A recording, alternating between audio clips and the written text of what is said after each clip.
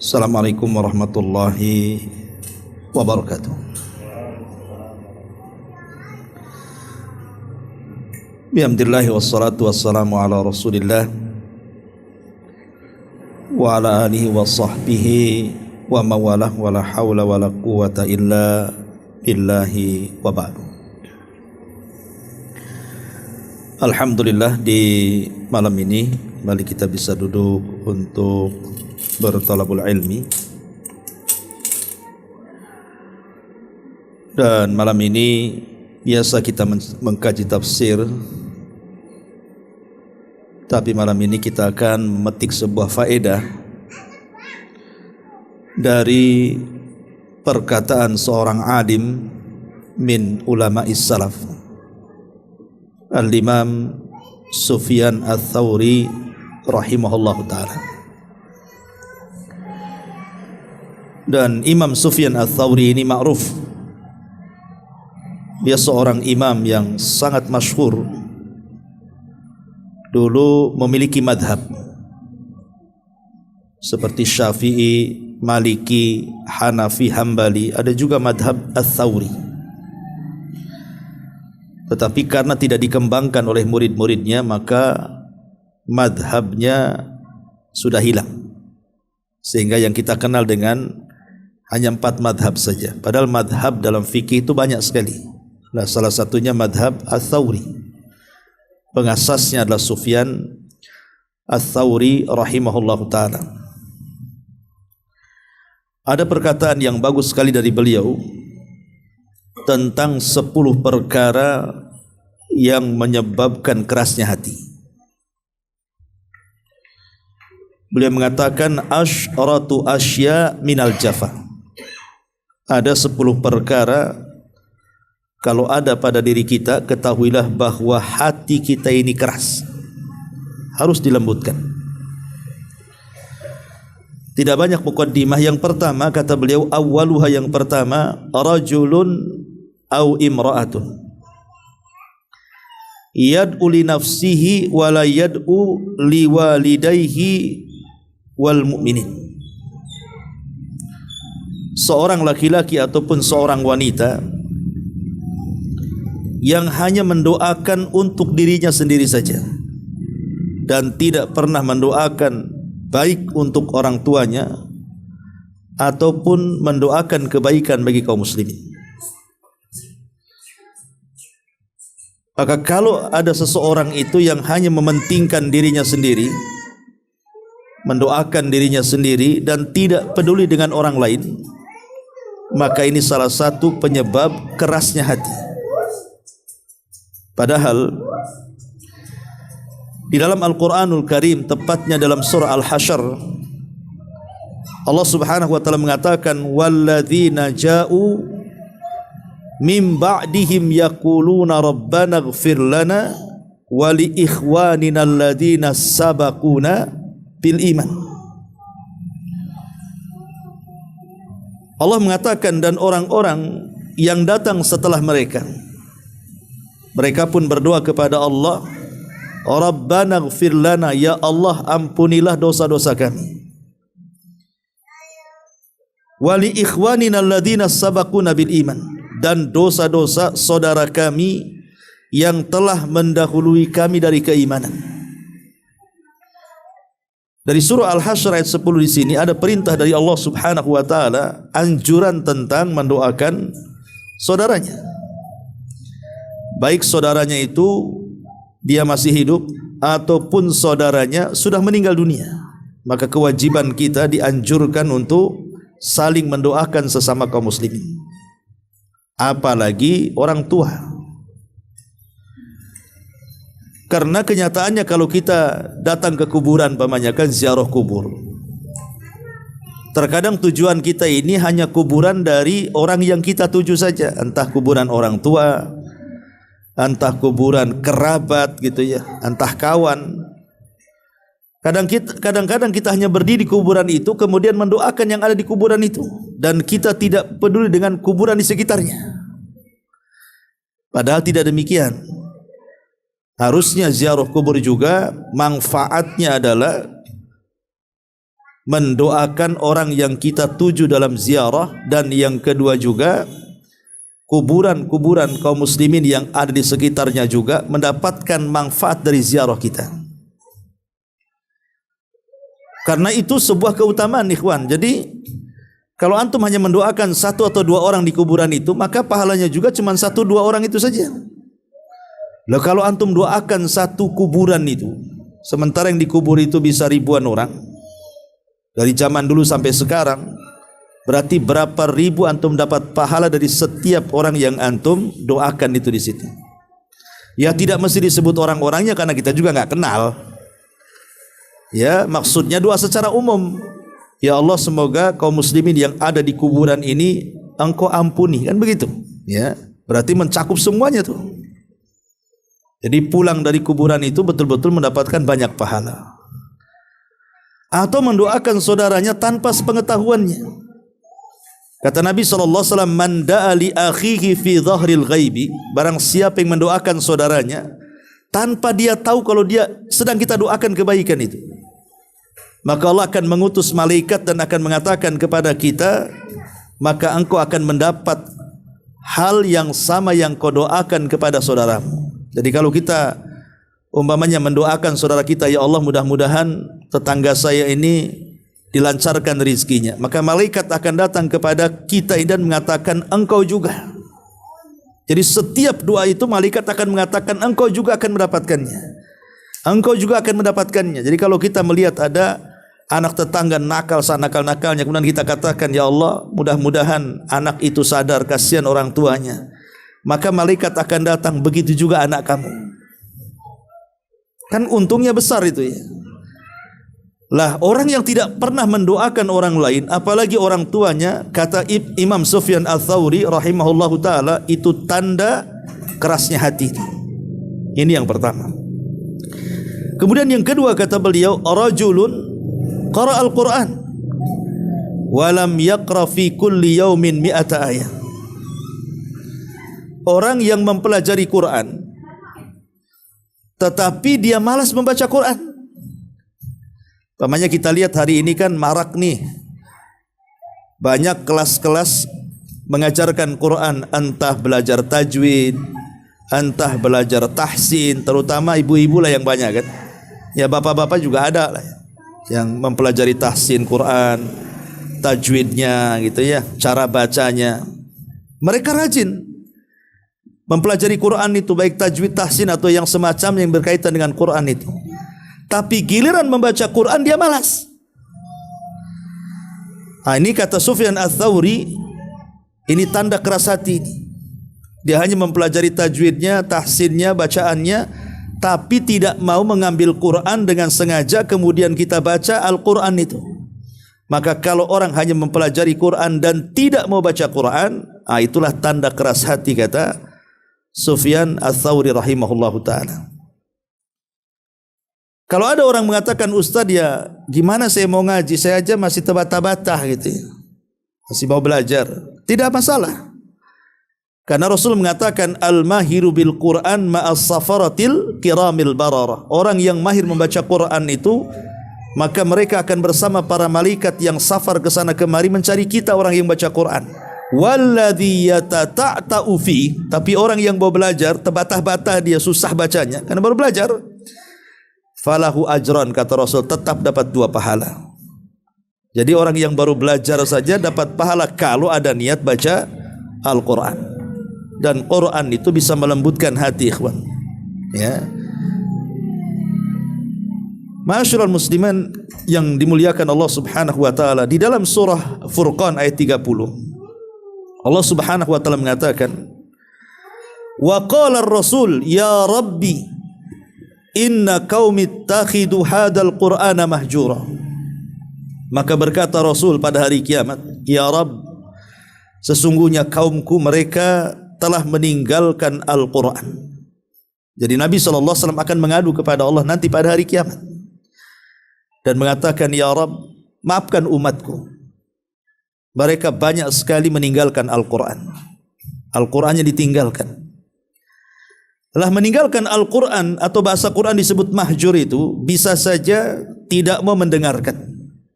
Yang didengarkan musik saja. Kadang-kadang sibuk mendengarkan YouTube, mendengarkan konten-konten lucu-lucu gitu ya. Satu hari itu saja yang ditonton itu. Tidak pernah dia sengaja membuka murotal kemudian mendengarkannya. Itu disebut mahjur, meninggalkan Quran namanya. Atau memang tidak membenarkan isi Quran.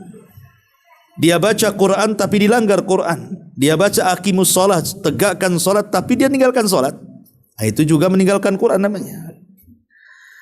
Adapun tidak mau mempelajarinya, tidak mau duduk di majelis-majelis tafsir, maka ini juga tanda dia meninggalkan Quran.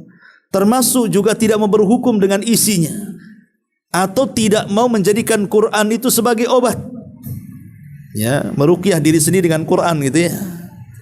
Maka ini pun termasuk meninggalkan Al-Quran, dan banyak lagi.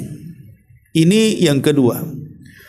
Kemudian Sufyan Ats-Tsauri mengatakan, adapun yang ketiga, watsalitsu rajulun dakhala al-masjid wa kharaja wa lam yusalli rak'ataini. Orang yang masuk ke dalam masjid, dia tidak solat. Tidak solat 2 rakaat, langsung dia keluar lagi. Itu tanda keras hati itu. Pamannya ada orang yang berhajat kepada seseorang, kemudian dikatakan, oh, orang yang kau cari ada di masjid. Akhirnya dia cari ke masjid itu, masuk dia ke dalam masjid. Ya.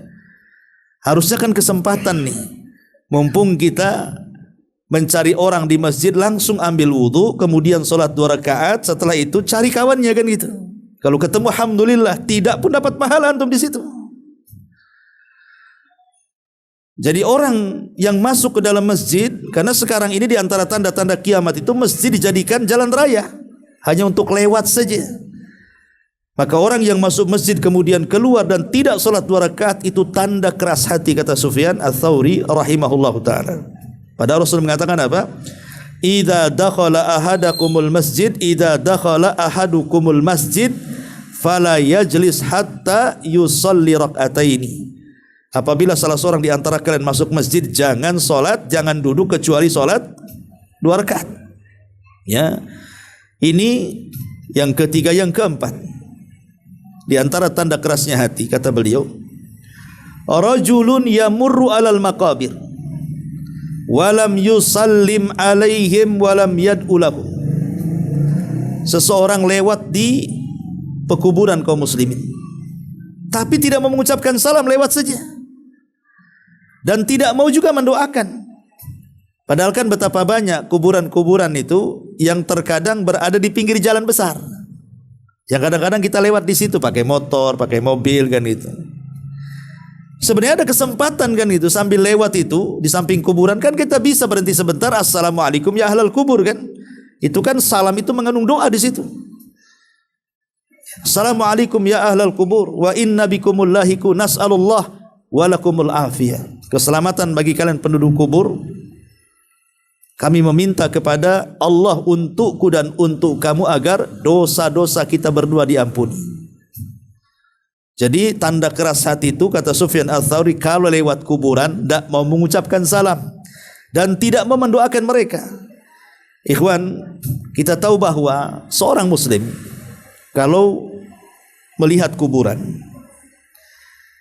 maka seorang muslim akan menjadikan ibrah dan pelajaran besar. Pertama, bahwa orang yang datang ke kuburan dan melihat kuburan itu sangat dinanti-nanti orang yang ada di kubur. Apa yang dinanti? Doa-doa kita. Jadi mereka menanti doa kita tuh. Kemudian yang kedua, manfaat orang melihat kubur itu bukan untuk si mati saja, tapi untuk kita juga yang hidup, di mana kita diingatkan dengan kematian di situ. Bahwa dengan melihat kubur itu harusnya kita ini bergetar hatinya, takut gitu ya, bahwa kita pun akan menyusul mereka. Jadi ziarah kubur atau lewat di kuburan itu sebenarnya manfaatnya 2, manfaat untuk yang dikubur dan manfaat untuk yang lewat di kuburan. Adapun manfaat bagi penduduk kubur itu doa-doa kita yang kita berikan kepada mereka. Adapun manfaat kita yang lewat kuburan, kita diingatkan dengan kematian. Kalau kita tidak mengambil 2 manfaat ini saat lewat di kuburan, keraslah hati kita, kata Sufyan Ats-Tsauri rahimahullahu taala. Ya. Ma'asyiral muslimin wal muslimat rahimani wa rahimakumullah. Ini yang keempat. Kemudian yang kelima, wal khamisu, rajulun dakhala madinatan fi yaumil jum'ati thumma kharaja wa lam yusallil jum'ah.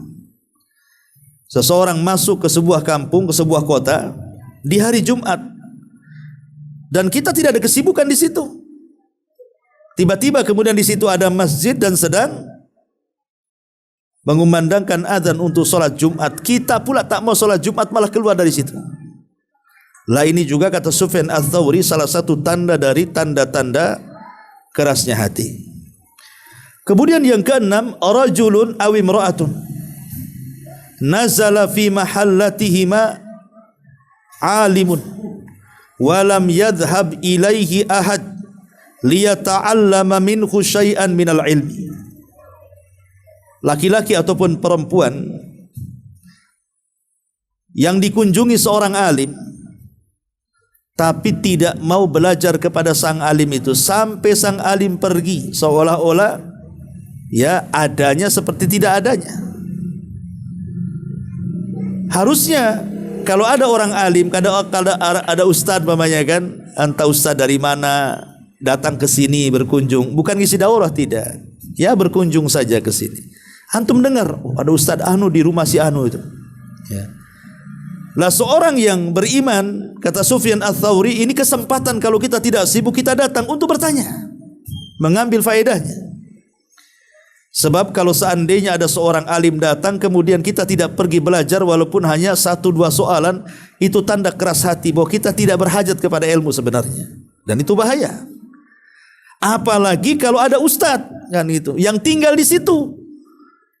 Aneh gitu ya kalau seandainya dia tidak sibuk, dia tidak bekerja, ada waktu kok tidak hadir di majelis ta'lim, itu kenapa?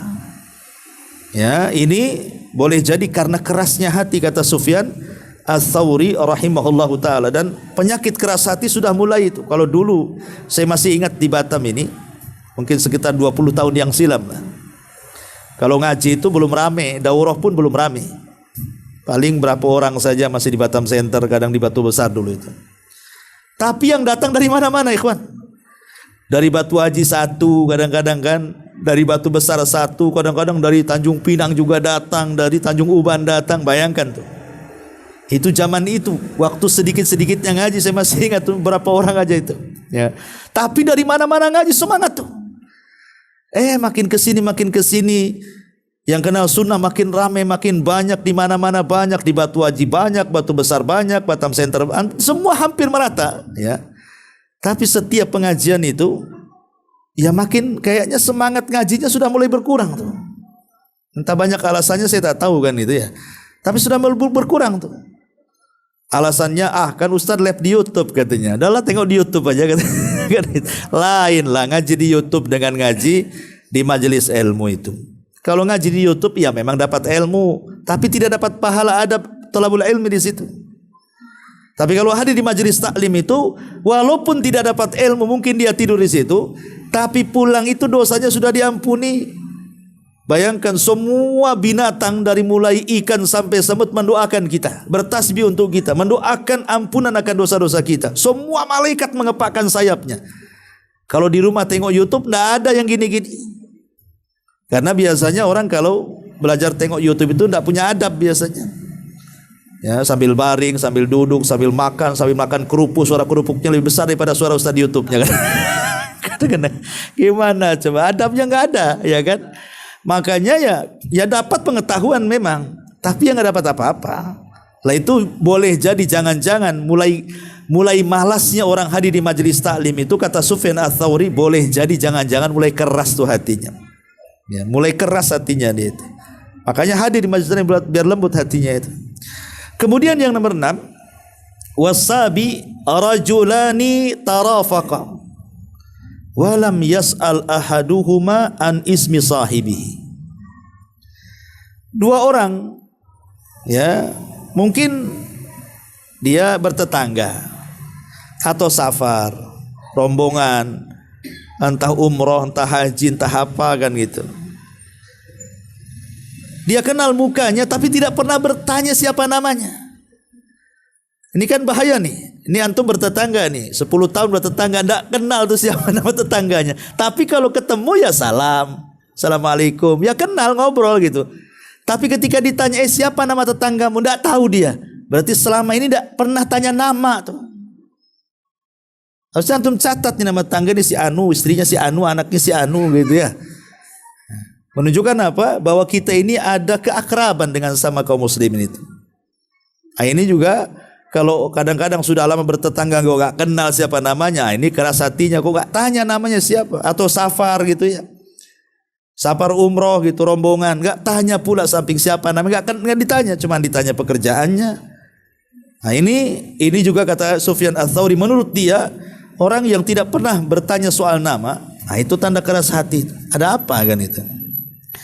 Kemudian yang nomor 8, rajulun da'ahu rajulun ila diyafatin falam yadhhab ila diyafatin.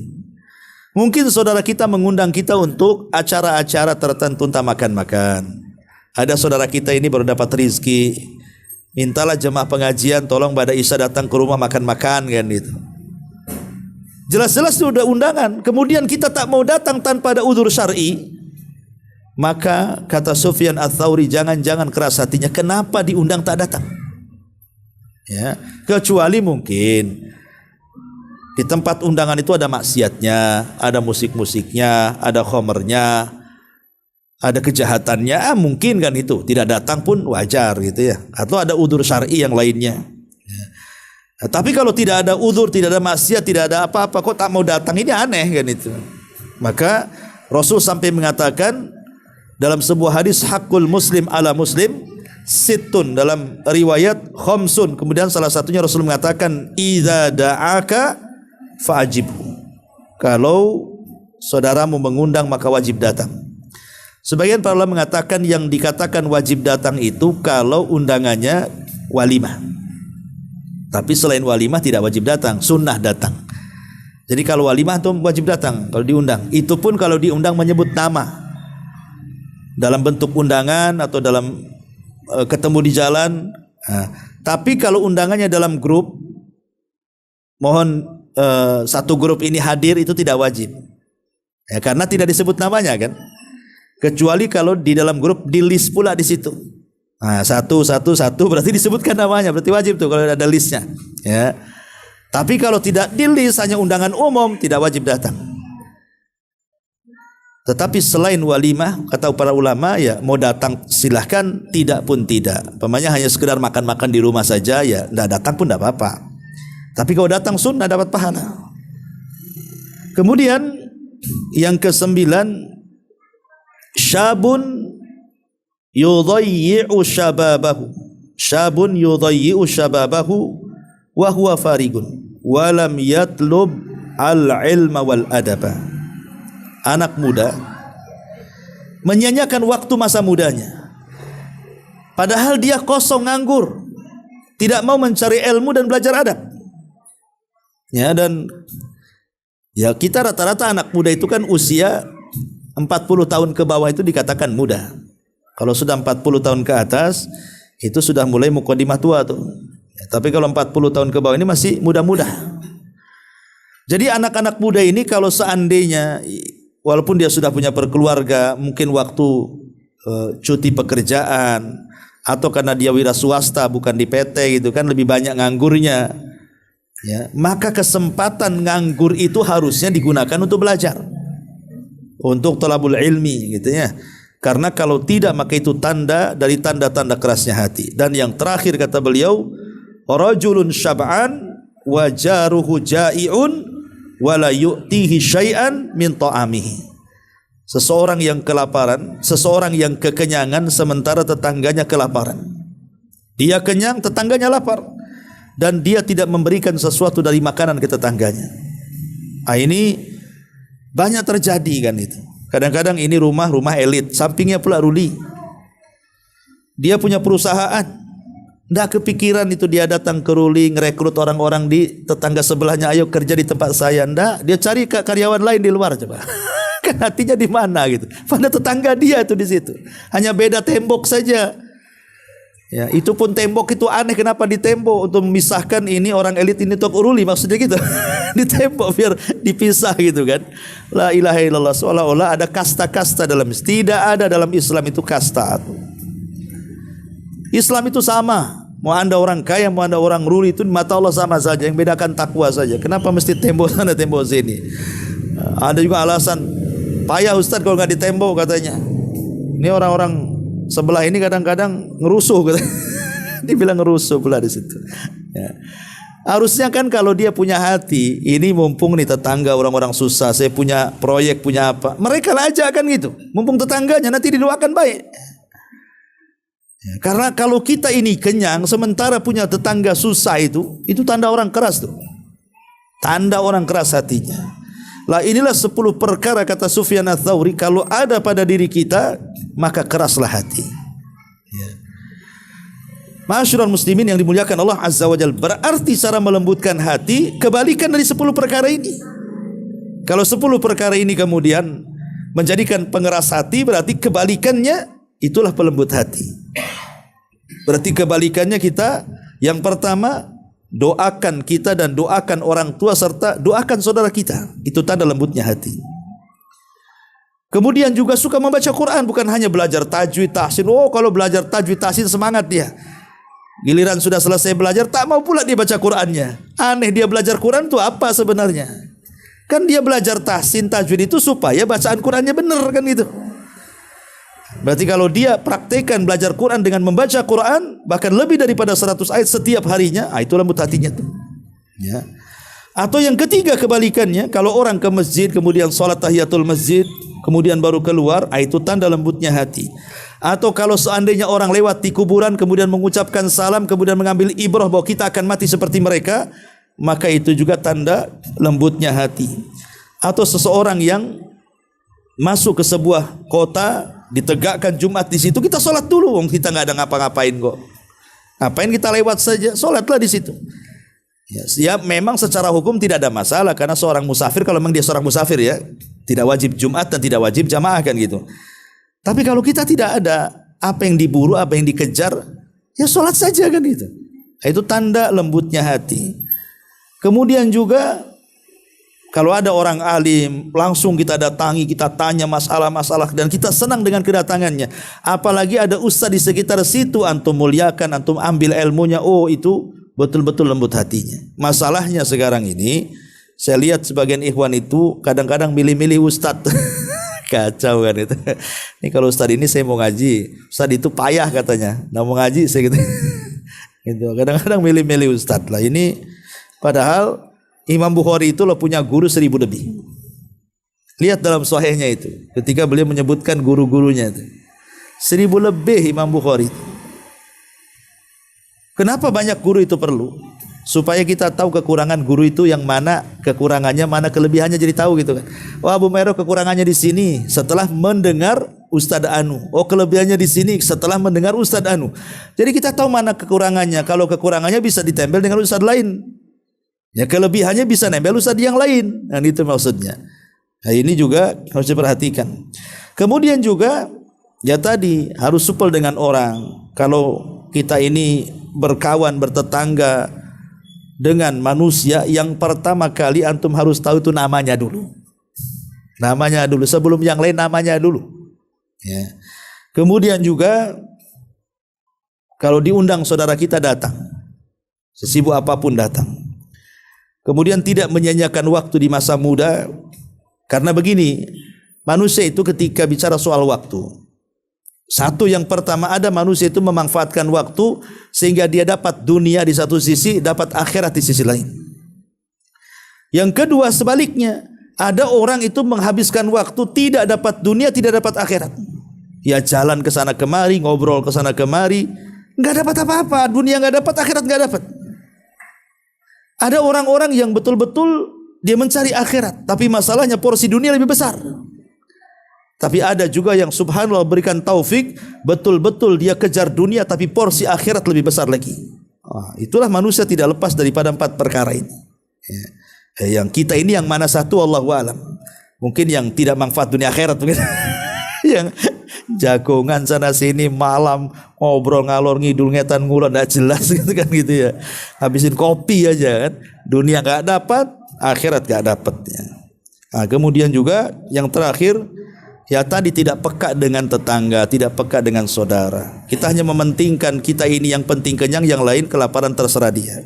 Nah, ini tanda keras hati. Maka berdoalah kepada Allah Subhanahu wa taala agar kita dilembutkan hati, karena lembutnya hati ini berarti orang itu memang baik. Orang baik itu terlihat dari kelembutan hatinya. Tapi memang yang menjadikan kotornya kerasnya hati itu kan karena kotor hati, ya. Seandainya hati itu seperti gelas, piring, sendok, garpu, pisau, mungkin kita bisa belikan sunlight aja kan. Kita rendam aja pakai sabun, bisa bersih. Atau seandainya hati kita seperti mobil kan itu, bawa aja ke karwas, pulang udah bersih, ya. Atau kalau memang hati kita seperti rumah, tinggal disapu, dipel, bersih rumah.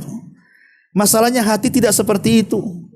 Tidak bisa main negak sunlight biar bersih gitu. Mati malah yang ada. Jadi membersihkan hati itu bukan sabun, ya, bukan juga pel-pelan, bukan sapu, tidak. Yang membersihkan hati itu adalah ibadah kepada Allah Azza wa Jalla. Dengan melakukan banyak amalan-amalan yang tadi dihancurkan oleh Sufyan Ats-Tsauri. Tinggalkan 10 perkara ini, maka lembutlah hati kita. Wallahu alam, mudah-mudahan manfaatnya. Mohon maaf mungkin tidak lama-lama. Subhanakallahumma wa bihamdika asyhadu an la ilaha illa anta astaghfiruka wa atubu ilaik. Allahu taala alam. Assalamualaikum warahmatullahi wabarakatuh.